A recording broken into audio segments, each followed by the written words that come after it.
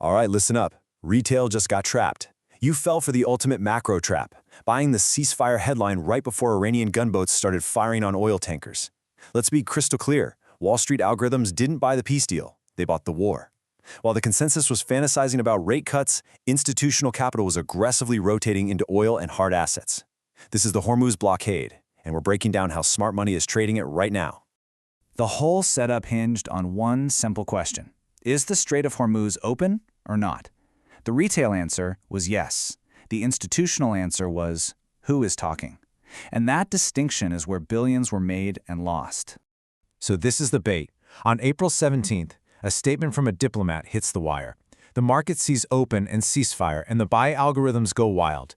This was the signal for retail to pile in, thinking the geopolitical risk was off the table. But here's the signal that smart money was tracking. Almost immediately, the IRGC, the military force that actually controls the gunboats in the strait, publicly crushes the diplomat statement. This is a massive tell. A fractured regime means the military, not the ministry, has the final say. The blockade was never really lifted.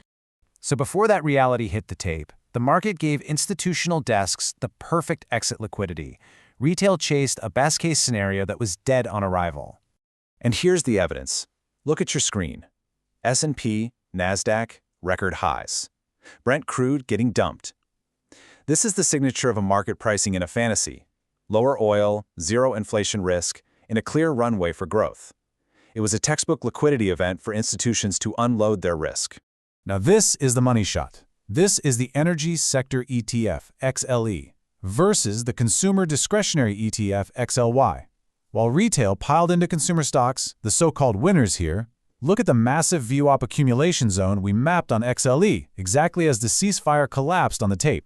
We saw deep RSI and MACD divergences, dark pool accumulation prints all over the place, and massive unhedged call sweeps on energy names. In plain English, this means, because Iran is actively firing on commercial tankers and the ceasefires collapsed, Wall Street algorithms are mathematically forced to dump consumer stocks and aggressively hoard oil monopolies and gold to survive the incoming inflation shock. Before we map out the bear and black swan scenarios for this trade, hit subscribe so you don't miss our weekly dark pool audits. And just like that, the trap snapped shut. The algorithmic thesis was about to be confirmed with live fire. Within hours, the headlines retail was ignoring became the only headlines that mattered. The IRGC confirmed they were in full control. The blockade was back on.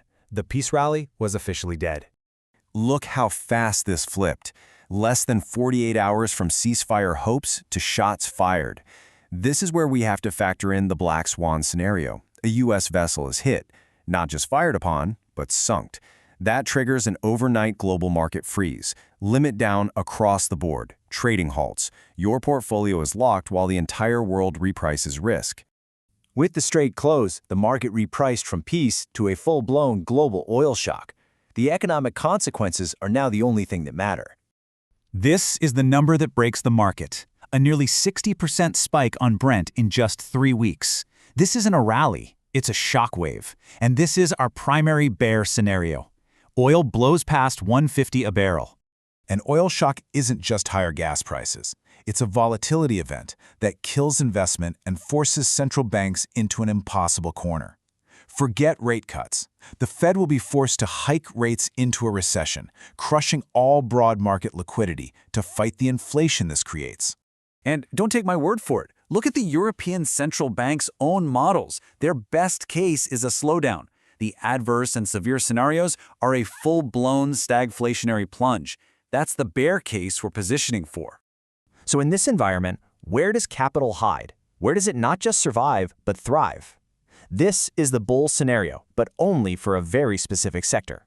If the main artery for global oil is severed, you don't buy the dip, you buy immunity. You find assets that are completely disconnected from the conflict zone. You buy energy that can't be blockaded. That brings us to domestic physical AI utilities. Look at Vistra, ticker VST. It's a pure play on domestic power, natural gas, nuclear, all within the US. It's not dependent on some tanker making it through a war zone. And what does it power? The highest growth sector on the planet, AI data centers. Capital isn't just hiding here, it's rotating here to go parabolic. So, this leaves us with the critical question. How do you position for this? Is this just a short-term crisis or a fundamental realignment of the global economy? The answer dictates your survival. So here's your risk management protocol. It is non-negotiable. 1. You do not hold unhedged consumer stocks during a naval blockade. Period. 2. Use the Kelly criterion for sizing into your energy positions. Don't over-leverage. 3.